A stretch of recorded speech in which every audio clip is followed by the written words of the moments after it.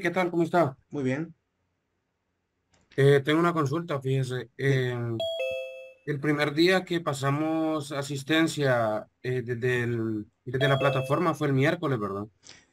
sí, creo que sí. Pero siempre fueron dos, una inicial y una final. Siempre fueron una inicial y una final, sí. Sí. Ah, ok.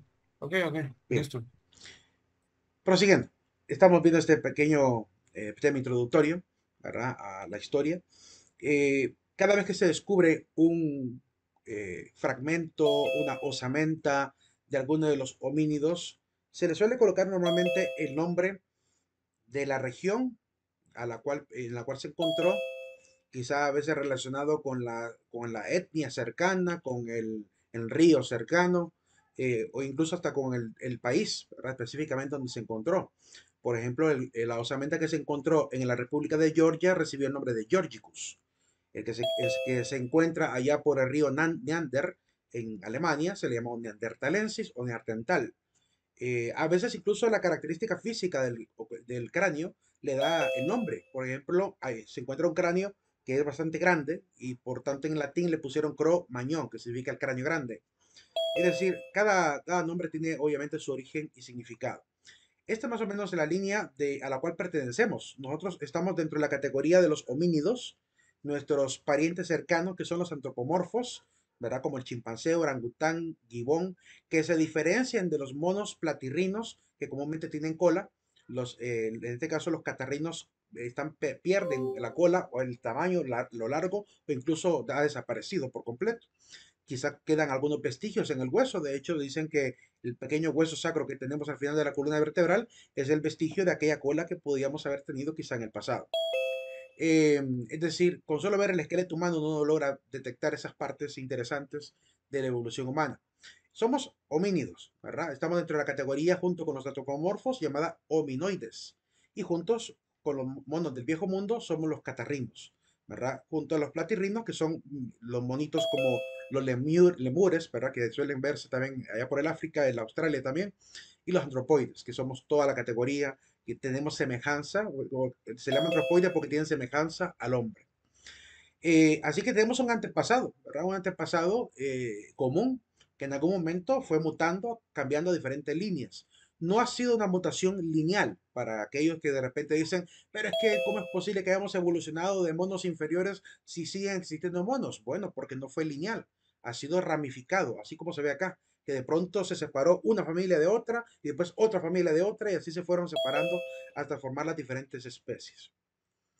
Y nosotros llevamos una línea específicamente humana. Como les decía, dependiendo del lugar, así es el nombre. Por ejemplo, el que se encontró en la isla de las Flores se le llamó Homo floresiensis.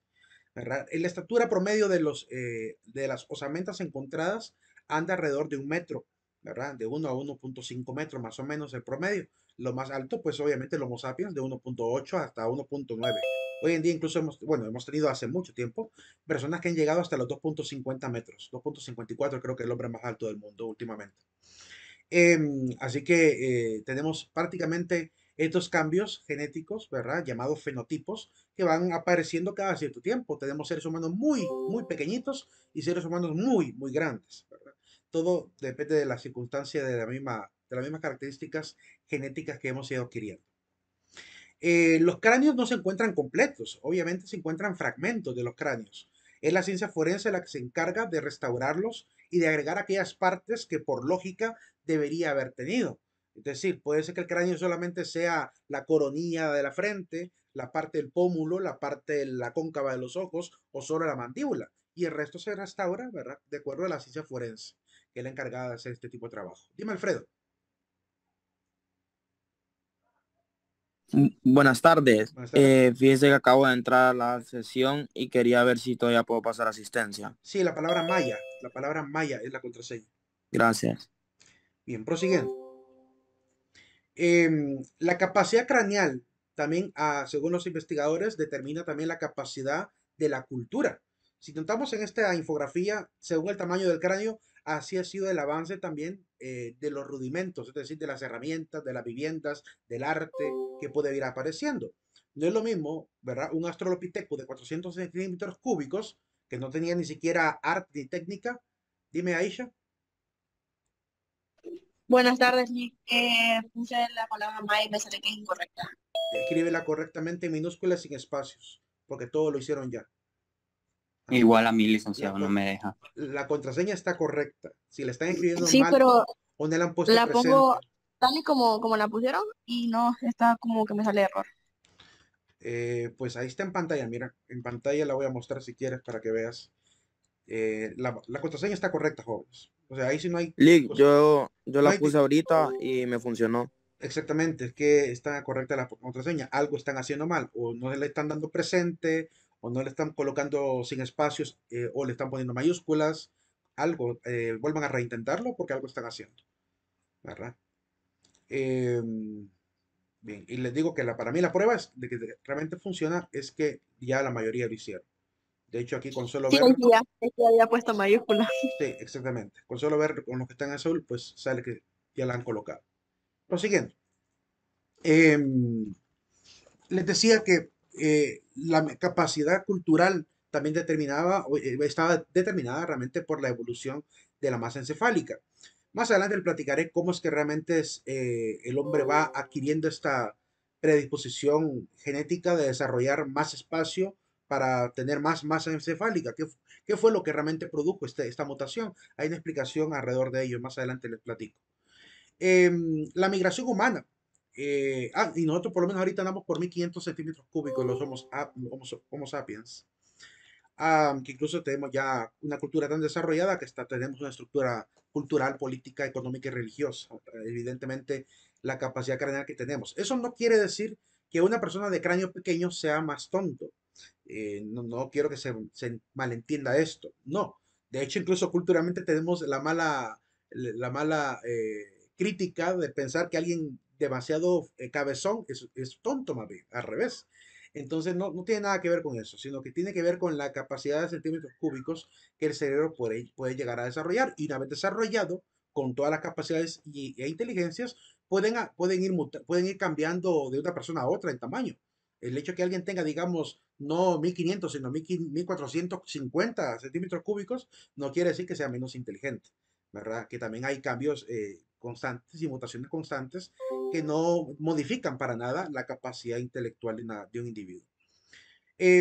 Esta cuna del nacimiento de los homínidos se supone que está al sur de África. De ahí el porqué a la primera especie, mejor dicho, a la primera línea de homínidos que vendrán desde antes, pero vendrán después de la primera categorización histórica de la evolución humana, se le va a llamar australopitecinos, ¿verdad? La palabra austra significa sur y pitecinos o pitecu significa mono. Entonces se supone que son habitantes del sur de África, ¿verdad? Que fueron subiendo poco a poco. Cuando ya van por la etapa del alto África y Asia Menor, es donde empieza obviamente a vivirse una época completamente desarrollada. Ahí donde se van a dar las cunas de las civilizaciones, específicamente en esa parte intermedia, ¿verdad? Que podemos ver en pantalla. Me refiero a esta zona específica. Aquí donde queda el río Tigris y Éufrates, por el Golfo Pérsico hacia arriba, ahí se va a desarrollar desde el Golfo Pérsico, toda la parte del río Tigris, la parte de Asiria, bajando por Palestina, hasta llegar a Egipto. A esa zona se le va a llamar creciente fértil, y ahí se va a desarrollar la primera gran civilización. Prosiguiendo. Estas son las etapas de la evolución humana.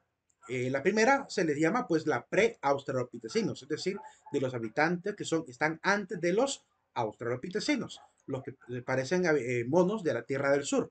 Estos monos van a ir obviamente migrando, ¿verdad? En este momento no hay sedentarismo, puras especies nómadas. Y van a ir subiendo poco a poco, quizá por la búsqueda de alimento, a la parte quizá más fértil del norte de África, que es prácticamente ese creciente del río Nilo, ¿verdad? Hasta llegar al delta. Y después van a seguir subiendo más hasta llegar a la época, hasta la parte mediterránea. Después vendrán los primeros Homo, que son evidentemente todos los habitantes del norte de África. Luego el poblamiento de Eurasia, subirán mucho más arriba del Asia Menor, hasta llegar a mutar incluso su color de piel, su color de ojos, su color de cabello. Aquí quiero decir algo importante. Entre los seres humanos no hay razas, no tenemos razas humanas. Ese es un término despectivo, se considera hoy en día despectivo, puesto que somos una sola especie humana. Somos una sola especie humana. Entonces, ¿por qué llamarle razas antiguamente al africano, al chino, a japonés, al caucásico? ¿Por qué llamarle razas a estas? Un error de creer que así como hay muchos animales, como hay diferentes tipos de perros, ustedes ven que aún cuando hay, digamos, dálmatas, los dálmatas tienen diferentes tipos de manchas. No tienen exactamente la misma cantidad de manchas, por lo cual son la misma raza. Son la misma raza, ¿verdad? Que se distinguen del Chihuahua, que se distinguen de San Bernardo. Es decir, entre ellos sí se puede ver especies. Pero los seres humanos, aun cuando cambiemos el color de cabello, el tamaño de orejas, el tamaño de nariz, el color de ojos, eso no pueden ser considerados cambios o mutaciones de raza, sino que se le llama fenotipos. Es decir, son cambios nada más por adaptación al ambiente, a la dieta o al desarrollo genético. Entonces, quitémonos esa idea de que hay razas humanas. Por esa cultura o pésima cultura de considerar que hay razas, se ha llegado a cuestiones muy trágicas, como el considerar que una raza es superior a otra, cuando en realidad son simplemente fenotipos, son distinciones de colores, de tamaños, de formas que tienen que ver con la adaptación, obviamente, de la misma especie humana. Los nuevos orígenes de África, ¿verdad? Son los que ya diríamos los habitantes más modernos de la época antigua de la zona africana, de la zona ya de Libia, Egipto, Etiopía, toda esa zona, y hasta llegar a Marruecos. En la obra del origen de las especies de Charles Darwin, él ya había hablado de esta situación de la evolución humana. En aquel momento, la postura a veces fanática, a veces apática a la ciencia, quiso tergiversar lo que él realmente había dicho. Hay muchos que todavía creen que él afirmó que venimos del mono, cuando no es eso lo que realmente pretendió enseñar, sino que todas las especies han tenido ciertos cambios y mutaciones a lo largo del tiempo, y se puede constatar en muchos animales. También debería de poderse constatar en algún momento en la especie humana. De hecho, después de lo que él ha dicho, los investigadores antropólogos pusieron mucho más atención a lo que encontraban y se fueron dando cuenta que en realidad sí había mutaciones, ¿verdad?, drásticas de una osamenta a otra. Hay que decir que el famoso Pithecanthropus, que se menciona muy a menudo, no es un hallazgo arqueológico. Es simplemente diríamos, una idea hipotética de este antropólogo Ernst Haeckel, que llegó a creer que si hubiese un ser intermedio entre el hombre y el mono, tendría que tener más o menos una apariencia como la que vemos en esta imagen ya tridimensional. Pero claramente solo es una hipótesis, al mismo tiempo que aquel que Eugene Dubois había también establecido, el famoso hombre de Java, que de tiempo después se encontrarán algunas osamentas y empezarán a llamárseles así, hombres de Java. Después se va considerando que algunos no son hombres de Java, sino que son Homo erectus o son hombres neandertales, ¿verdad? Que se han ido encontrando en diferentes momentos. Lo que sí son hallazgos arqueológicos del proceso de hominización son los que veremos a continuación. ¿Alguna pregunta hasta ahora? ¿Hasta ahorita todo claro? Sí. Ok, vamos un poquito rápido porque esto es más bien un repaso, un poco veloz de lo que es la historia, la introducción a esta parte de la historia. Veamos entonces este álbum fotográfico, ¿verdad? De los rostros del proceso de hominización, donde podemos notar las características de cada uno, podemos notar el tiempo, el rango de tiempo que han datificado los antropólogos, paleontólogos, que son los expertos en esa área, y los historiadores también que han difundido la información. Y también el lugar donde se encontró, para que más o menos vayamos viendo ciertos cambios interesantes. Esto es como un álbum fotográfico de nuestros abuelos. Veamos la primera foto, es una Australopithecus. Se encuentra este famoso cráneo, ¿verdad? Junto con toda una osamenta, porque también hay una osamenta más completa, a la cual se le ha llamado Australopithecus, la habitante de la Tierra del Sur. En este caso, la mono de la Tierra del Sur, que se supone es nuestro antepasado, ¿verdad? De hace 3.9 millones de años atrás. El ser humano aparecería alrededor de 4.5 millones de años atrás, ¿verdad? Según lo que se calcula. Y en el 3.9, ¿verdad? Más o menos aparece el primer homínido. Encontrado en Tanzania, aunque como les digo, hay osamentas más completas. Por eso los museos de antropología, ¿verdad? E historia han colocado diferentes tipos de diseños de lo que sería una Australopithecus. Y también las películas se han encargado de sumarle a este detalle, ¿verdad? Si vieron la película de Scarlett Johansson, Lucy, ahí aparece. El Homo habilis, ¿verdad? Llamado así porque es el hombre habilidoso, el hombre de la habilidad, el hombre que utiliza herramientas. Las herramientas que utilizaba eran primitivas. Cuando veamos el Paleolítico, ahí haremos un pequeño repaso. Encontrado en Tanzania. Aquí se puede notar el arte forense, cómo encuentran un cráneo, ¿verdad? Incompleto y el resto se hace con masilla para poder terminar de darle la forma de un cráneo.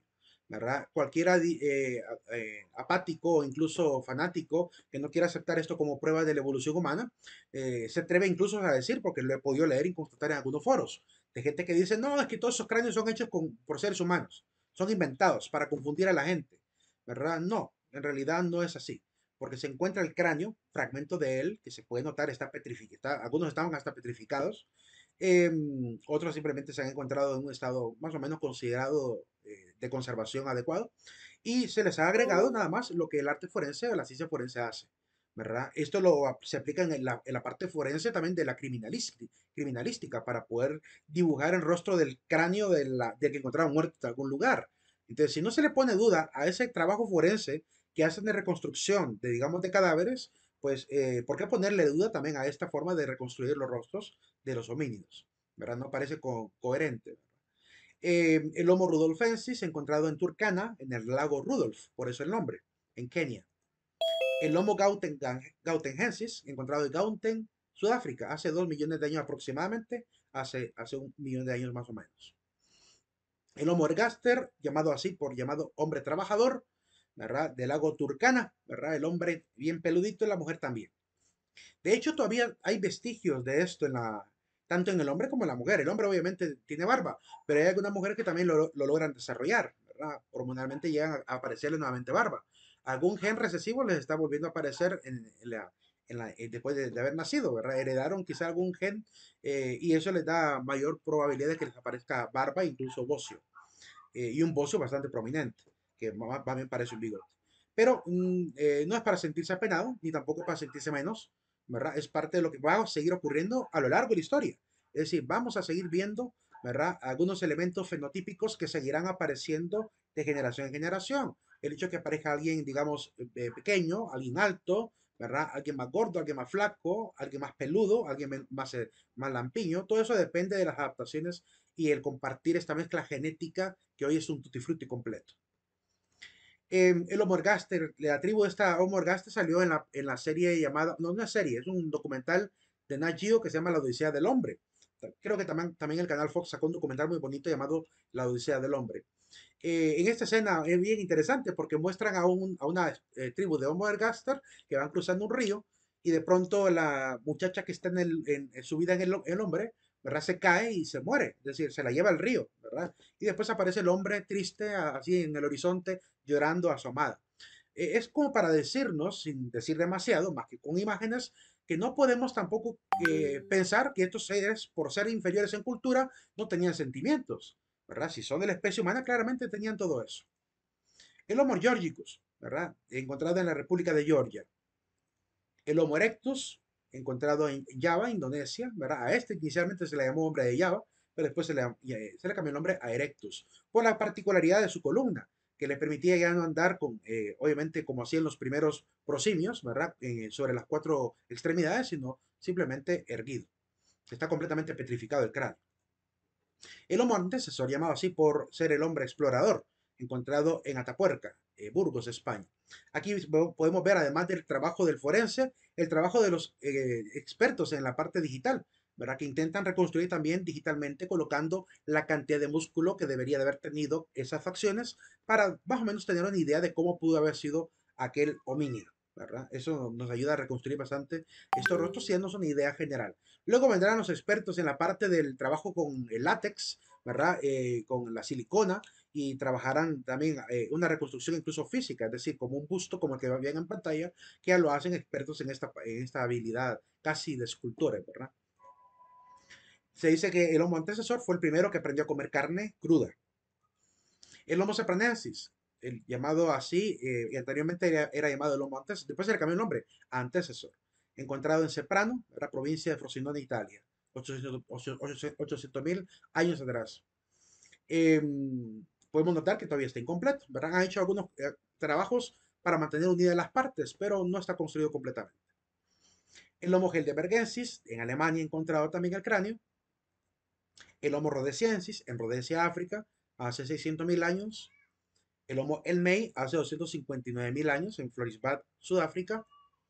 El Homo neanderthalensis, llamado así por el río Neander, el valle de Neander tiene un río, ¿verdad? Neandertal, y se le llamó así, ¿verdad? Está reconstruido. El Homo floresiensis, de la isla de las flores, alrededor de 1 metro de altura más o menos el tamaño. El Homo sapiens, encontrado por este famoso descubridor Carl von Linneo, ¿verdad? Él es el que descubre este Homo sapiens, datificado más o menos del año 230.000 al 35.000.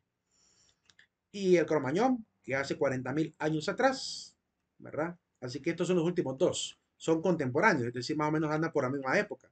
Es decir, el Cromañón ya existía cuando apareció el Homo sapiens, o más o menos rondaba los que iban a ser los Homo sapiens después. Eh, la altura más o menos se ha podido comparar de esta manera: el Homo habilis, sapiens, floresiensis, erectus, pithecanthropus, neandertal y cromañón, ¿verdad? Como pueden ver, más o menos la altura promedio anda entre 1 a 1,5 más o menos. Y este pues básicamente es el pequeño álbum fotográfico de los antepasados. Um, las características del hombre primitivo. Antes de dar estas características, quiero hacer un pequeño paréntesis, ya que somos una institución católica. Y lo digo porque en una clase de historia, una joven me dijo: Lick, ustedes, después de ver todo esto, usted me está diciendo que no cree en el creacionismo, que no cree que Dios creó al hombre. Me hicieron esa pregunta. Mi respuesta, por si alguien se hace esa misma pregunta, es que sí creo en la creación, pero también creo en la evolución. Creo en la creación porque por fe lo debo creer y creo y quiero creerlo. Creo que Dios ha creado al hombre, pero también la ciencia ha dado y ha encontrado estos vestigios y no puede ir contra la lógica, ¿verdad? Ahora bien, ¿cómo se concilia la idea del creacionismo? Pues de hecho, ni siquiera tendría que ser creacionismo. Es que el ismo siempre es exageración de algo. Tendríamos que afirmar que Dios creó al hombre. ¿Cómo lo creó? Lo creó como contaban las culturas primitivas, ¿verdad? Agarrando materiales para hacerlo, o simplemente, como dice Génesis, ordenó que se hiciera. Lo que nos dice la palabra es que Dios tuvo simplemente la voluntad de hacer al hombre y ordenó que se hicieran todas las cosas. Y se realizaron, según el mismo Génesis, en el orden adecuado, ¿verdad? En el orden lógico, ¿verdad? Si usted revisa los 6 días de la creación, verá que tiene el mismo orden lógico de la aparición de las especies, como lo dice la ciencia. Lo que pasa es que es una forma más, diríamos, sintética y sencilla, porque no tiene el objetivo de ser un libro de que explica específicamente la historia. Solo quiere demostrar nada más que Dios es el creador. ¿Cómo lo hizo? Eso es lo que menos le interesa al autor de la Biblia, solamente declarar un artículo de fe que es que Dios nos ha creado. Ahora bien, siendo Dios la mente prodigiosa, pudo haber perfectamente establecido el orden evolutivo como parte de sus designios para que el hombre apareciera. Y eso no lo quita para nada del camino de la ecuación de la existencia. Es decir, existimos porque Dios así lo ordenó, pero aparecimos en el orden que Él estableció con respecto al universo. Entonces, se puede conciliar ambas posturas. Y de hecho, déjenme comentarle que un sacerdote famosísimo llamado Taylor de Chardin era además antropólogo, perdón, paleontólogo. Y como paleontólogo ayudó a otro paleontólogo llamado Henry Brill a clasificar uno de estos cráneos que no he mencionado, que no está aquí, porque son muchos más, pero no pude meterlos a todos, que es el Homo sinanthropus, que es una especie de Homo erectus, más o menos. 500.000 años, dice que tenía el cráneo, ¿verdad? Un sacerdote católico, ¿verdad? Manejaba también la ciencia, es decir, perfectamente podía vivir su fe, además de lo que la ciencia iba enseñando. Lo digo para que tengamos como personas de academia la apertura hacia la ciencia, porque no podemos cegarnos en un fideísmo exagerado, porque un fideísmo exagerado conduce a fanatismos y nos hace perder también la lógica de la vida, que es que hay ciencia gracias a Dios. Prosiguiendo. La característica que podemos ver y sintetizar a partir de lo que hemos observado del hombre primitivo es que eran de baja estatura, la mayoría, su cuerpo era proporcionalmente musculoso, no es que eran exageradamente musculosos, pero al menos tendrían que estar preparados para combatir, para poder huir, para poder correr. Sus pómulos eran salientes, como se pudo ver en todos los cráneos. Su pelo era áspero y largo, probablemente, no había barberías, evidentemente. Su frente estrecha y achatada hacia atrás. Tenían fuertes mandíbulas. Estas mandíbulas también incluso van a perder su fuerza poco a poco, ya diré por qué. Cejas grandes y prominentes y por el debido formato del cráneo, ¿verdad? Es decir, entre más saliente el pómulo, pues obviamente las cejas podrían salir un poco más. Tenían una forma de caminar encorvada, por lo que podemos notar con las diferentes usamentas, así como de manera sintética para dar las características del hombre primitivo. Así que al final, Charles Darwin, ¿verdad? Al hablar de la evolución, a pesar que lo quisieron criticar y burlarse de él, como aparecía en las revistas, que lo dibujaban como hombre mono, ¿verdad? Al final creo que con todo lo que hemos dicho, pues, y con todos los hallazgos posteriores que vienen a corroborar lo que él ha dicho, pues, de alguna manera hizo que guardaran silencio los detractores. Prosiguiendo, veamos la cuarta parte y última de esta introducción a la historia, que es las etapas de perdón, el penúltima parte, que son las etapas de la prehistoria. Y la parte 5 será las etapas de la historia. Eh, Así que este es un breve repaso también, ¿verdad? A partir de lo que ya hemos visto en la página, si no me equivoco, 16 del libro, aparece un pequeño esquema, pero como les había dicho anteriormente, como que omitió una etapa. No sé si ustedes lo dijo a los de la tarde, a los de más tarde, pero en la página 16 exactamente, aparece solamente como etapas de la prehistoria dos etapas, la etapa del Paleolítico y la etapa del Neolítico. Sin embargo, no son dos, son tres. Y vamos a explicarla detenidamente, un poquito más amplio de lo que aparece en el libro, eso sí. ¿Verdad? Que el libro solamente es una guía para ampliar un poquito el horizonte. Y a mí me gusta investigar un poco más de lo que los libros también dicen también. Veamos entonces una pequeña síntesis alrededor de ese tema. Comparto ahorita. Etapa de la historia. Normalmente para dividir la historia la solemos dividir en prehistoria e historia. El punto de partida para dividirla es la aparición de la escritura, como habíamos mencionado. En la etapa de la prehistoria hay dos grandes etapas, que una es la etapa de piedra, que se divide en tres pequeñas subetapas, que es la etapa del paleolítico, la cual se subdivide también en otras tres etapas, inferior, medio y superior. El mesolítico, que también tiene inferior, medio y superior, y el neolítico, que ahí sí creo que solamente hay dos etapas, la neolítico inferior y superior. Y por último, la etapa de la historia y la edad de los metales. Esa es la segunda etapa de la prehistoria, que también hay tres subetapas, que es la etapa del cobre, del bronce y del hierro.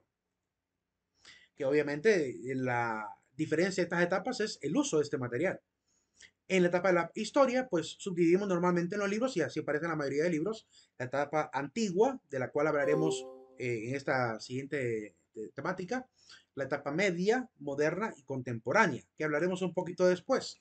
Hay dos siglos intermedios entre la media y la moderna y la contemporánea, el siglo XV y el siglo XVIII, que son como, por así decirlo, siglos de transición, donde ocurrieron algunos eventos importantes que van a cambiar un poco la historia. Por ejemplo, en el siglo XV aparecería la imprenta y también el descubrimiento de América.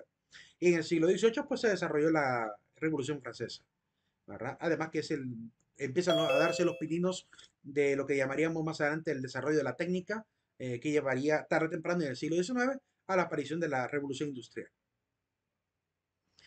Prosiguiendo. Recuerden que todas estas diapositivas las comparto al finalizar, por si de repente voy un poco rápido y no se logra captar algo. Eh, Respecto entonces a la etapa de la historia antigua, vamos a ver entonces la prehistoria, edades de piedra. El paleolítico. Se le llama paleolítico porque la palabra palaios en griego significa antiguo, litos significa piedra. Así que la característica de esta etapa es el uso de algún tipo de piedra sin pulir, una piedra tosca, burda. Es decir, simplemente agarraban una piedra que tenía más o menos una buena forma y la ocupaban como mazo, ¿verdad? O como martillo. Y así como el hombre empieza a utilizar ciertas herramientas. En esta etapa se divide, como dije, en paleolítico inferior, en la cual aparecen algunas características que vamos a señalar a continuación. Primero, hace 3 millones de años, hasta hace 250.000 años atrás, se marca la etapa de transición de esta era. Bueno, esta pequeña etapa o periodo, mejor dicho. Dentro de este periodo aparecen las primeras herramientas, que son las puntas de flecha, puntas de lanza, algunos mazos también, ¿verdad? A veces utilizando incluso huesos. El hombre aprende por fin a utilizar el fuego para cocinar los alimentos. Desaparece el Australopithecus y aparece el Homo habilis en esta etapa, además del Homo erectus. Así que la etapa en la cual estos dos, habilis y erectus, se van a desarrollar. En esta época el comer carne cocida va a conllevar a un cambio bien tremendo. Primero era para calentarse el fuego. Después van a empezar a cocinar la carne y esto en la siguiente etapa va a hacer que el hombre pegue un pequeño gran cambio, por así decirlo. Un gran cambio. Del año 250.000 al año 30.000 antes de Cristo es la época del Paleolítico Medio. Las características, pues se desarrollan algunas herramientas, como las puntas de flecha un poquito más elaboradas. Se utiliza la hoguera para incluso tenerla dentro de las cuevas, como se puede ver en algunas imágenes. Aprenden a enterrar a sus difuntos, es decir, los primeros concheros funerarios. Aquí desaparece el Homo erectus y aparecerá el Homo neandertal, ¿verdad? En la enciclopedia Mondo Agostini, que quiero citar en este momento, en la cual voy a basarme para contarles un poquito algunos detalles. Ya no sé si las tendrán siempre a la venta o saldrá todavía o se podrá conseguir, pero tuve la oportunidad de ver algunos de esos fascículos y especialmente algunos videos que venían en CD de estos fascículos donde explicaban algunas cosas bien interesantes. Con respecto al tema del uso del fuego, ¿cómo es que el hombre aprendió a utilizar el fuego? La enciclopedia muestra dos posibles alternativas. Una, ¿verdad? El accidente de poder chocar piedras al trasladarlas de un lugar a otro produjo, digamos, alguna chispa que encendió la pradera. La posibilidad dos, el relámpago. Pudo haber caído sobre algún árbol, el hombre utilizando alguna vara se acercó para poder usar aquella nueva material. Y después el fuego se convertiría en algo casi de índole espiritual para los hombres de la antigüedad, porque van a considerar que esto que les protegía de la oscuridad y del frío era una especie de regalo de los dioses. En la mañana una compañera hacía alusión a este detalle basándose en la cultura griega, donde los griegos creen de que uno de los dioses, Prometeo, le regaló a los hombres el fuego y por eso lo van a castigar los demás dioses, porque el fuego se convirtió primero como algo, digamos, sagrado, pero después se utilizaría incluso para la guerra. Prosiguiendo. En esta época del Paleolítico, donde le digo que ocurre gran cambio. Después de acostumbrarse tanto tiempo a comer carne cocida, los nutrientes, las proteínas, llegan obviamente a desarrollar el cerebro, produciendo la necesidad incluso craneal de darle más espacio al cerebro, más masa encefálica, pues obliga al cerebro a expandirse. Razón por, digo, al cráneo a expandirse, por lo cual se vuelve más grande el cráneo, más cuadrado, como lo tenemos hoy en día, más o menos, el hombro del Cromañón específicamente, y además la mandíbula ya no tiene necesidad de rasgar la carne, ni tampoco de utilizar sus colmillos, así que los colmillos irán desapareciendo del uso de los seres humanos y la mandíbula se va a retraer, los músculos van a perder obviamente su fuerza y elasticidad hasta darnos una mandíbula, diríamos, más recta, más pequeña, debido a que la carne es menos dura. ¿Verdad? Todos estos cambios van a ocurrir según la misma enciclopedia Agostini en esta etapa del Paleolítico Medio. Así que la mayor capacidad cultural se desarrolla aquí. En el Paleolítico Superior, esta etapa, pues, desaparece el neandertal, aparece por fin el cromañón, el del cráneo grande, del año 30.000 al año 10.000 a.C. Las herramientas que se utilizan más bien son de la agricultura, las primeras hoces, ¿verdad? Se utilizan para, obviamente, como estos machetes curvos, para poder segar. Aparece la piedra de moler, primeras masas, ¿verdad? Se utiliza la brea, se utiliza la piedra para poder fijarla en madera. En la época de las flechas también, ¿verdad? Elaboradas de hueso, muchas de ellas, los arpones y los propulsores. Estos propulsores que se hacían antes de hueso, otras veces en algunas culturas del África se hacían de madera, todavía se siguen haciendo de madera. Hoy en día hay etnias en África que siguen utilizando propulsores para la cacería. Aparece la época del arte rupestre, ¿verdad? Que comúnmente las hacían dentro de las cuevas. Algunas personas que han ido o han visto quizá videos de los museos de estas cuevas donde están los artes rupestres, se darán cuenta que a veces hay pinturas muy altas. Y uno se pregunta cómo hicieron para dibujar hasta arriba. Algunas suposiciones que han hecho algunos es que utilizaban algunas, por así decirlo, extensiones como varas ¿cómo se llama? Con tizas o como los materiales que utilizaban para pintar. Pero lo cierto es que la principal teoría que defienden la mayoría de paleontólogos y antropólogos es que no, la cueva es que fue expandiéndose, es decir, la parte baja con tanta lluvia se fue lavando, ¿verdad? Y eso obligó a la pared, al techo, quedar más arriba del suelo. Es decir, cuando pintaron eso, era bajita la cueva, ¿verdad? Y poco a poco la erosión de la tierra hizo su trabajo y por eso quedaron bastante alto, que nos hace pensar que tuvieron ayuda o tabancos para poder hacer eso. Y de hecho no. Así como se ve en la imagen, así pudieron haberlo quizá hecho en la antigüedad. En la época de la recolección y en la época de la cacería también, el Paleolítico Superior. Siguiente etapa. El Mesolítico, que es la etapa que no aparece en el libro, no sé por qué no la habrá incluido nuestro querido doctor Guillermo Varela, pero sí debería aparecer como una de las etapas de la historia antigua. La época del Mesolítico anda del año 10.000 al año 7.000, ¿verdad? Incluso hay algunas culturas que se dice que aparecieron más o menos en esta época. Las primeras etnias, por así decirlo, pueblos que van a dar origen a los primeros nómadas que van a llegar a la zona sumeria, viven en esta época, así que es importante señalarla. Es la época de la era glacial, o mejor dicho, descongelamiento de la era glacial. Es el último periodo glacial y obliga obviamente a la naturaleza a escapar de estos grandes hielos. Al terminar este último periodo, hay un descongelamiento, evidentemente, hay muchas inundaciones seguramente, muchas especies se perdieron, otras aparecieron, al igual que diferentes tipos de plantas que fueron mutando, ¿verdad? Y que generaron otro tipo de ambiente idóneo para otro tipo de especies. Así que la Tierra que en un momento estuvo congelada, ¿por qué se congeló? Dicen algunos que fue por tanta combustión que había en la época del mundo antiguo, tanto actividad volcánica, ¿verdad? Conllevó a una, ¿cómo se llama? A un efecto invernadero que después terminaría contaminando la atmósfera, produciendo un encierro prácticamente de la luz y la poca luz que también podía entrar, llevando al enfriamiento prácticamente de todo el planeta. O sea que esto podría volver a ocurrir dependiendo del nivel de contaminación que tengamos. Para que tengan una idea, esto es lo que dicen los científicos que pasó, que la Tierra se miraba así. Pero todo el hielo había bajado hasta la parte central y norte de México y hasta, digamos, por la zona quizás de Ecuador y Colombia, ¿verdad? Y toda la parte del Ecuador central prácticamente estaba con hielos y algunos icebergs seguramente por todos los mares. Obviamente, al momento de descongelarse, aparecen nuevos bosques, nuevos tipos de especies de plantas, generando un nuevo tipo de dieta para otros tipos de animales. Esto también conllevó al hombre a tener un nuevo sistema de alimentación, diferente al que tenía quizá anteriormente. O sea, aparecen las primeras embarcaciones para ser necesario pasar de un lugar a otro. Es en esta misma época, aproximadamente, volviendo un poquito aquí a la diapositiva, del año 10.000 a 7.000, ya había pasado mucha gente a América, ¿verdad? Se dice que algunas de las poblaciones que llegaron a América rondaron entre el año 50.000 al año 32.000, por mucho. Y las primeras grandes migraciones que llegaron a América. Otras van a llegar, ¿verdad?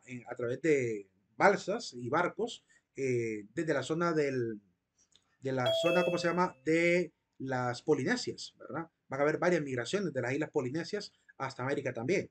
De hecho, más adelante hablaremos de la teoría del poblamiento americano. Aparecen las primeras grandes aldeas. Este sistema de vivir en aldea conllevaría también a la aparición tarde o temprano de una manera de subsistencia. No van a tener que ir a cazar tanto animales, sino que se les va a ocurrir la brillante idea de encerrarlos, ¿verdad? En cercos para evitar que se vayan y así poco a poco va apareciendo la ganadería. No es en esta etapa exactamente que aparece la ganadería, sino en la siguiente que mencionaremos, pero ya empieza a darse los primeros pasos. Aparece la cerámica, ¿verdad? El uso de la cerámica. En este momento la cerámica era más sencilla de lo que se ve aquí, no estaba todavía decorada. En la siguiente etapa es donde se va a empezar a decorar, que es la etapa del Neolítico, del año 7.000 al año 5.000 antes de Cristo. La palabra neo significa nuevo, y entonces es la época de la nueva piedra. En este momento la piedra se pulimenta más. De hecho, hay algunos expertos en la elaboración de este tipo de herramientas, que incluso ahí en YouTube hay varios canales de gente que se dedica a hacer herramientas al estilo de diferentes épocas, para mostrar cuál era el procedimiento para poder hacer, digamos, una punta de flecha o un hacha o un mazo, ¿verdad? Siguiendo el estilo del hombre primitivo. Y es bien interesante verlo, ¿verdad? Todo lo que tenían que hacer, agarrar arena para poder raspar bien la piedra, purrirla con otras piedras más porosas, para darle la forma lisa que necesitarían, ¿verdad? Es muy interesante ver ese tipo de canales. ¿Cuál es la principal característica del neolítico? Dime, Steven. Sí, mire, hay un canal que se llama History y Ujú, en sí ese canal es de pura historia y ahí hay programas que se especifican en sí en crear armas que utilizaban nuestros antepasados, ujú. Es bien armas interesante. de que han sido sí, es bien interesante el canal y yo a veces lo miro con mi papá a veces, Sí, vale, no vale. mucho, pero sí me interesa porque habla mucho sobre la historia de los antepasados y hay uno que trata de puros objetos antiguos y dan la historia en sí del objeto. Sí, vale realmente la pena ver ese tipo de canales, ¿verdad? Nos dan una idea general de lo que ha costado vivir como humanidad. Eh, Hay cosas que a veces vivimos y pasamos desapercibido y no hacemos eco de lo complicado que fue llegar a lo que tenemos hoy en día como por cultura. Por ejemplo, en la gastronomía. Mucha gente para poder tener el tipo de alimento que tenemos hoy en todas las culturas tuvo que haber padecido incluso enfermedades, se debe haber envenenado incluso para determinar si el alimento era comestible o no. Y a veces somos malagradecidos con la historia, ¿verdad? No nos damos cuenta del sacrificio que otros hicieron en el pasado, ¿verdad? Para poder tener lo que hoy tenemos por comodidad, ¿verdad? De alguna manera, siquiera estudiar esa parte es una forma de ser un poco agradecidos con los antepasados. Prosiguiendo, las dos características que van a marcar la época del Neolítico y que van a dar origen al fenómeno del sedentarismo es la aparición de la agricultura y de la ganadería. Dicen las enciclopedias como Mondo Agostini, que les platico que es una fuente bien interesante, que la agricultura probablemente apareció con la mujer. La mujer, irónicamente, no es la que más se cultiva hoy en día. Solo en algunos lugares de Asia, de la parte de Asia mayor, hay todavía mujeres que son que se dedican al cultivo. Aquí en América, pues hay algunos pueblos en los cuales sí, ¿verdad? Las mujeres por lo menos ayudan a cultivar hortalizas. Pero se dice que la mujer fue la que descubrió esto, probablemente por casualidad de la vida. Es decir, que seguramente como era ella la que se quedaba en las aldeas, ¿verdad? Mientras los hombres salían a recolecta y saldrían a cacería, ella, tal vez disfrutando alguno de esos frutos, como una sandía o cualquier fruto de semilla, eh, habrá tirado quizá las semillas cercanas, ¿verdad? Al lugar donde estuvo comiéndola. Y quizá el notar en pocas semanas que aparecería, digamos, la primera parra, y que de pronto aparecían ahí los frutos donde ella recordó que había comido, se puso a considerar por lógica que esa semilla que tiró fue la que dio origen a la planta. Entonces se volvieron expertos en eso, en replantar y replantar, ¿verdad? De hecho, la mujer tiene mucho don para esa parte todavía. Es decir, venimos arrastrando, incluso hasta genéticamente, supongo yo, esa predeterminación al deseo de cultivar, al deseo de mantener maceteritas y cosas por el estilo, porque está grabado, obviamente, querámoslo o no, en la cultura y también diríamos en esta predisposición hasta genética, podríamos decir, a aprender este tipo de oficios y artes. En el Neolítico va a ocurrir un cambio de sistema de vida. La recolección deja de aparecer tan distante, empieza obviamente la agricultura, la ganadería. Esto produce mucha riqueza. Se pule la piedra, se frota con arena húmeda o piedras maduras, la vivienda se mejora, ¿verdad? Se ubican en las zonas fértiles y zonas donde hay lagunas y hay ríos, como también se puede notar respecto a las culturas de Mesoamérica, incluso de América del Sur. Todavía hay etnias allá por el Amazonas que están ubicadas cerca de los ríos, es lo lógico. Aprenden a utilizar la madera, la paja, la caña, ¿verdad? Se dedican a la agricultura y la molienda, ¿verdad? Aparece obviamente las primeras grandes piedras de moler. Bueno, se mejora la piedra de moler que había aparecido anteriormente. Y esta acumulación de productos de ganado, de hortalizas, de cultivo, conllevaría de alguna manera a cierta prosperidad. Imagínense, pónganse en los zapatos por un momento en esta gente que de repente tenía hasta ya vasijas guardando granos, frutas o lo que quisieran guardar, eh, y de pronto pueblos cercanos que no tenían la misma suerte o el mismo empeño de cultivo, pues seguramente se llenaban de envidia. Esto va a producir que tarde o temprano se tengan que organizar, ¿verdad? Harán además de las herramientas que se van a mejorar tremendamente, en el filo sobre todo, eh, además van a intentar hacer las primeras armas, ¿verdad? Primeras masas de piedra para poder incluso defenderse. Eh, Todavía no se puede utilizar el metal, sino hasta la siguiente etapa. Pero en la siguiente etapa, que es la etapa de los metales, ahí se va a notar la organización social, ya no solamente para la parte de la agricultura y ganadería, sino también para la defensa, porque obviamente los pueblos cercanos que llegan a saquear, a robar, ¿verdad? Los obliga a esto. Era lógico que entre más próspero un pueblo, pues la envidia de los cercanos se podía llegar a aparecer en cualquier momento. La cerámica se mejora en esta época, ¿verdad? Se pinta con motivos incluso hasta religiosos o geométricos, como en el caso de América. Hay bastantes vasijas del pueblo de Cholula, México, que más adelante miraremos, que demuestran un gran nivel, diríamos, cultural, que de hecho es casi el mismo estilo de arte de cerámica que desarrollan los de Choluteca, porque estos de Cholula habrían llegado hasta Honduras. La fabricación era sencilla, no había obviamente un rodillo, ¿verdad? Sino que simplemente se hacía con este sistema de elevar los niveles con algunas donas de arcilla y pulir por dentro y por fuera, ¿verdad? Era bien sencilla la manera de hacer las vasijas en la antigüedad. Los animales que se van a domesticar, ¿verdad? Están en pantalla: vaca, cerdo, oveja, perro, cabra y caballo. Y también aparecen los textiles. En este momento también las mujeres son las que desarrollan esta habilidad hasta el día de hoy, ¿verdad? Aunque hay que decir que en la etapa de la industria, pues los que se encargaron de modernizar el trabajo textil van a ser los hombres. La edad de los metales. Para ir terminando un poquito, faltan 2 minutos. La edad de los metales, pues dependiendo de la aparición del metal, así se van marcando las diferentes épocas. Dice en las mismas enciclopedias que les platico que no son enciclopedias sencillas, es una enciclopedia bastante profunda. No es como que venden así libritos chiquitos, no, que es una enciclopedia de varios tomos. Explican de que el hombre, al aparecer el primer metal, seguramente lo descubrió de manera también así, ¿verdad? Fortuita. El hombre acostumbraba a colocar fogatas en las aldeas, en la parte central. Seguramente pusieron varios materiales. Entre esos materiales que pudieron haber colocado, pusieron el cobre, un fragmento de cobre. Lo pusieron cerca del fuego y en el gran calor se empezó a derretir. Y quizá pendientes de la fogata, alguno observó el fenómeno. Después con alguna varita tuvo que haber tocado quizá el material, ¿verdad? Y sabiendo que el fuego quema, evidentemente ya era conocimiento popular, mete en el agua, ¿verdad? Ese material acuoso. Y al querer tocarlo para ver si estaba frío, ¿verdad? Está pegado a la madera, ¿verdad? Quizá incluso intentó sacarlo y con mucho esfuerzo logró sacar el pequeño fragmento quedándose moldeado, ¿verdad? A la forma de la punta de la vara, que seguramente hasta pulían, ¿verdad? Porque comúnmente las varas se calentaban y se pulían para que tuvieran filo, ¿verdad? O durara la punta.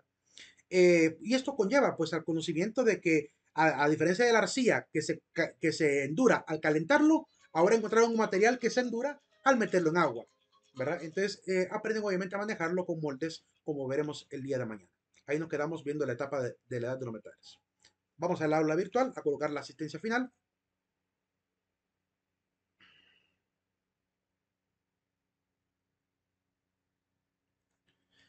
Recuerden que la asistencia se cierra exactamente a las 4:10. Si intentan enviarla a esa hora, ya no se va a poder. Vamos a ver. Permítame un segundo. Tienen 10 minutos suficientes para poder colocar la contraseña. La contraseña final es la palabra lenca. Pasen una excelente tarde, jóvenes. Nos vemos el día de mañana.